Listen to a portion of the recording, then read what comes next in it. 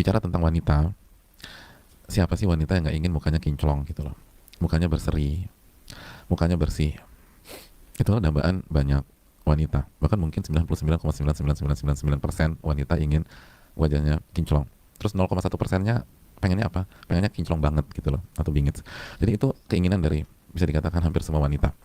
Nah, eh, dan keinginan itu kalau dalam rangka menyenangkan suami dan digunakan untuk ketaatan kepada Allah Subhanahu wa taala sebagai istri, maka tidak ada masalah sama sekali.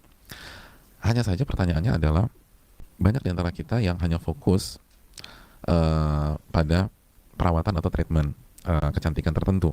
Nah, bagi kita-kita yang ingin, atau ibu-ibu yang ingin mukanya berseri, mukanya bersih, dan bisa tampil maksimal, maka ada baiknya mendengar nasihat dari Utsman bin Affan radhiyallahu ta'ala, Dzun Nurain, pemilik dua cahaya, yang artinya pernah menjadi pemimpin dan mengimami dua putri Nabi kita Shallallahu Alaihi Wasallam.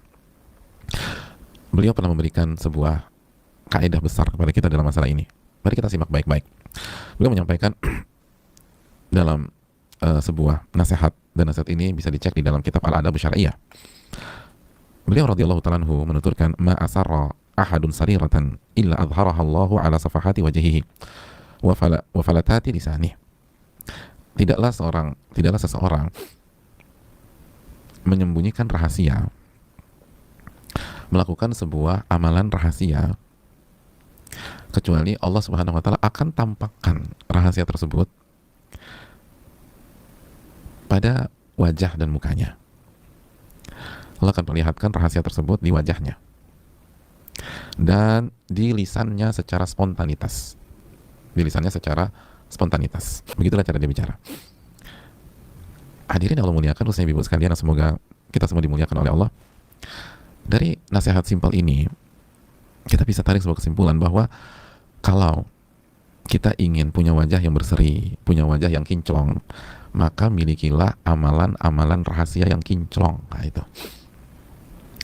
Jadi kalau amalan rahasia kita kinclong,